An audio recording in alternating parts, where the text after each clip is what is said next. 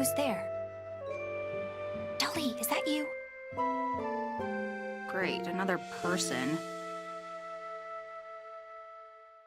Hey, I can leave if you like. No, please stay. I've been pretty lonely here. Where is here, anyway? I was hoping you'd know. I've been lost down here forever. Did you come through the elevator, too? Elevator? I don't know what that is. Then, where did you come from? I asked, thinking it sounded nicer than, who the hell doesn't know what an elevator is? I came from here. Is there anywhere else? Anyway, I've been looking for my cat, Dolly. Have you seen her? So the stupid thing was a girl? I just assumed it was a boy cat, seeing as how it had a spindly mustache. Although, now that I reflected on it, facial hair was not exclusive to male animals or male humans for that matter. Is that the cat who looks like Salvador Dali? I don't know who that is. My cat just looks like Dolly herself, not another cat named Salvador. She didn't know elevators. I doubted she'd know her 20th century Spanish Catalan surrealist painters all that well either. I said, right, I saw a cat earlier. He had a funny mustache and crazy eyes. Naturally, my description of her beloved feline was offensive to her. Clearly, this was a woman projecting a rather strong personality onto this cat. She took a deep breath and said quick, My cat has a beautiful mustache and perfect eyes. I can't imagine we're talking about the same cat. I told her I wouldn't mind helping her find her cat. I told her we should move quickly and get out of this dank basement. I waited for a moment as she processed what I said. She was a very difficult girl to read, especially without being able to see her face. I could tell something was wrong. She really projected her opinions and feelings into the room, even without saying them. What's wrong?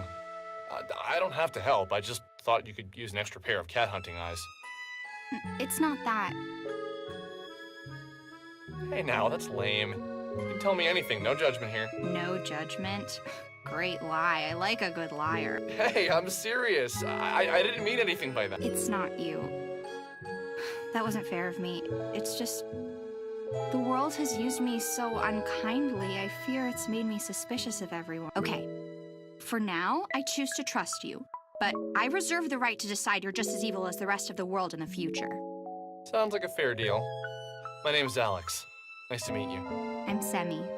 But please call me Sammy. I don't know why I'm trusting you.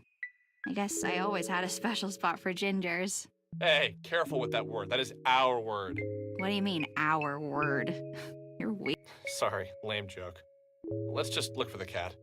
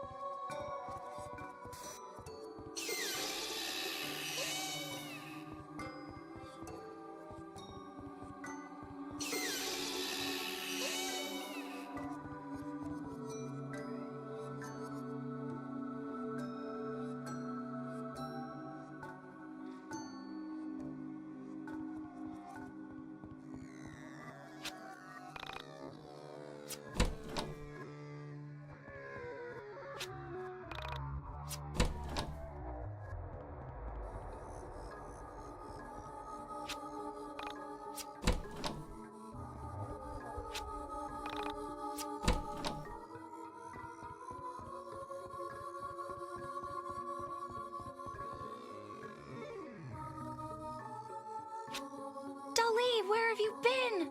I'm so happy to have you back. Oh, who's a good cat? You are. Oh, I should probably tell you about Dolly. Dolly is a tool, much like your stuffed panda friend. Use Dolly to fetch items and hit switches that are too far away for you to reach. Dolly can jump, so don't worry about her falling down any gaps. This will be useful, so make sure you try it. Okay, so shall we get out of here? Sorry about my house. I've been meaning to get someone in here to fix the power, but who has the time for that? I get so busy that little things like that get away from me. But that's normal, isn't it? You get used to the flaws in your own home. It's always confusing for guests. Like my mother used to have everyone take their shoes off in the kitchen. Who does that? Oh no, I've become my mother. Oh, one last thing I should warn you about. I've got a roommate. His name is Wilhelm. Well, you'll see.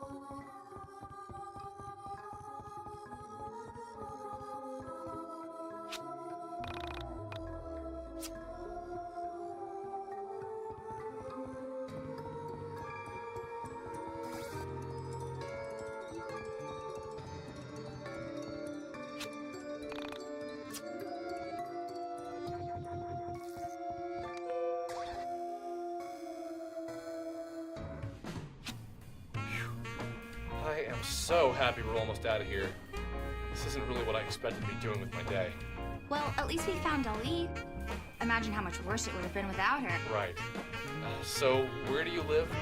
I'll walk you back home, or maybe I can borrow my mom's car and drive you if it's outside of Frankton. What do you mean? This is my home. What?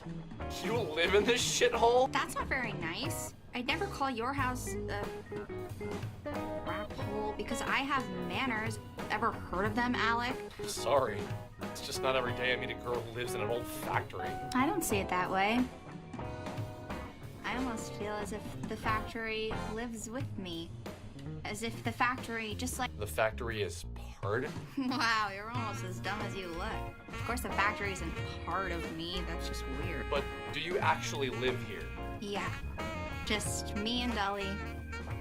But usually Dolly's better about keeping me company, you know? He isn't always just running off to God knows what. I reflected on her words. A mysterious girl who lived with her cat in an old steel mill. It was obvious to me that her words didn't contain the entire truth. Something about her compelled me. Pieces of her story started to fit together in my mind. Well, at least that's what I thought at the time. I can admit now that some pieces were pure fabrication on my part. In my head, her story went something like this. Sammy was homeless. A runaway woman who was trying to escape hard times. Someone who had found refuge in her cat. Maybe the only thing left from her previous life. Somehow this felt right inside my head. But still, I could tell I was missing something. Her clothes were clean. Her breath was fresh. She was much more energetic than any homeless girl I'd ever known. Not that I'd known many. The secret to what I was missing lay in her temperament. Is that your hobby? Is what my hobby? Staring off into space and screwing up your face as if to say, what's going on inside my head is really important, so just let me think. Hey, I don't make that fit.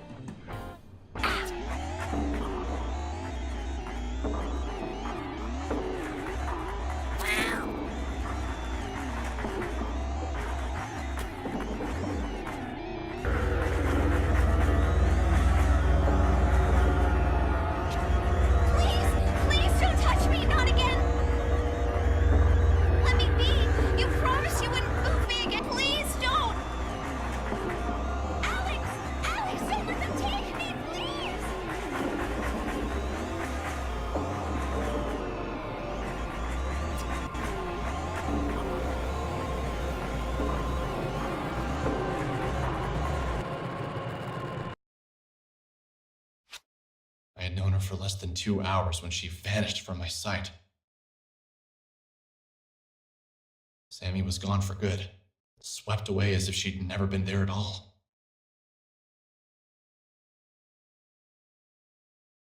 A door into nothing, into a different reality, opened up and swallowed Sammy whole. At that moment, I couldn't think. I couldn't breathe.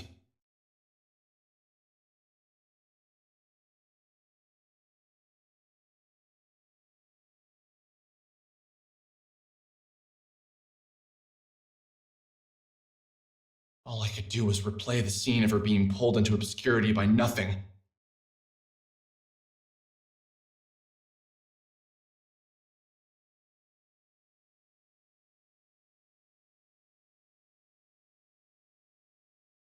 There one second and gone the next.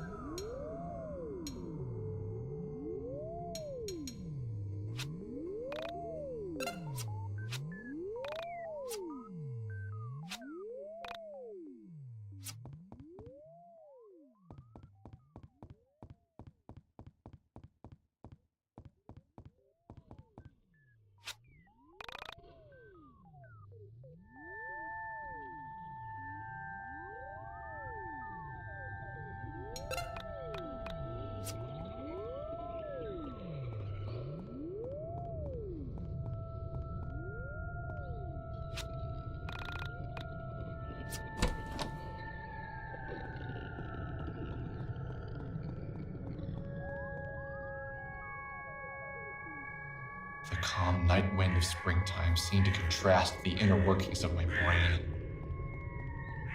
I was moving on autopilot back towards my home. I felt as if I'd seen something that wasn't meant to be seen. As if the curtain had lifted on reality and exposed the man upstairs. Like I just found out Santa wasn't real. I couldn't yet put into words what I now understood. But something had changed inside of me. Pulsating through my veins was the energetic charge of irrevocable loss, all for a woman I didn't know. This feeling wasn't pure. It was cut with something I couldn't put my finger on at the time. I believe now that it was a profound sense that I had discovered something. Only problem was this something wasn't meant to be seen. In that moment, I was a child finding a magazine meant only for an adult's eyes. I was both intrigued and repulsed, confused by the images spinning inside my head.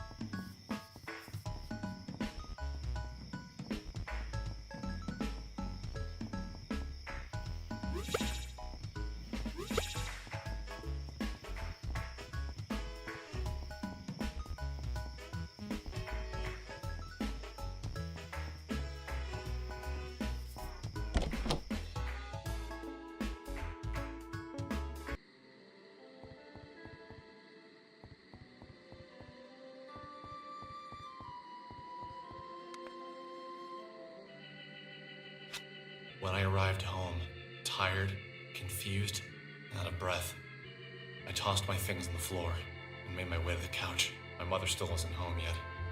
I wasn't surprised. She often worked late right before her company released a new product. My mother, a 49-year-old, short, red-headed woman, was an information systems programmer analyst for Pacific Chime, the West Coast's leading telecommunications provider. Her job, ironically located on the East Coast, worked her harder in 1 year than most jobs work people in a decade. This job paid well. Without it, my sister and I would have never gotten through college. I left school debt-free thanks to the back-breaking mental labor of my mother. You have mail.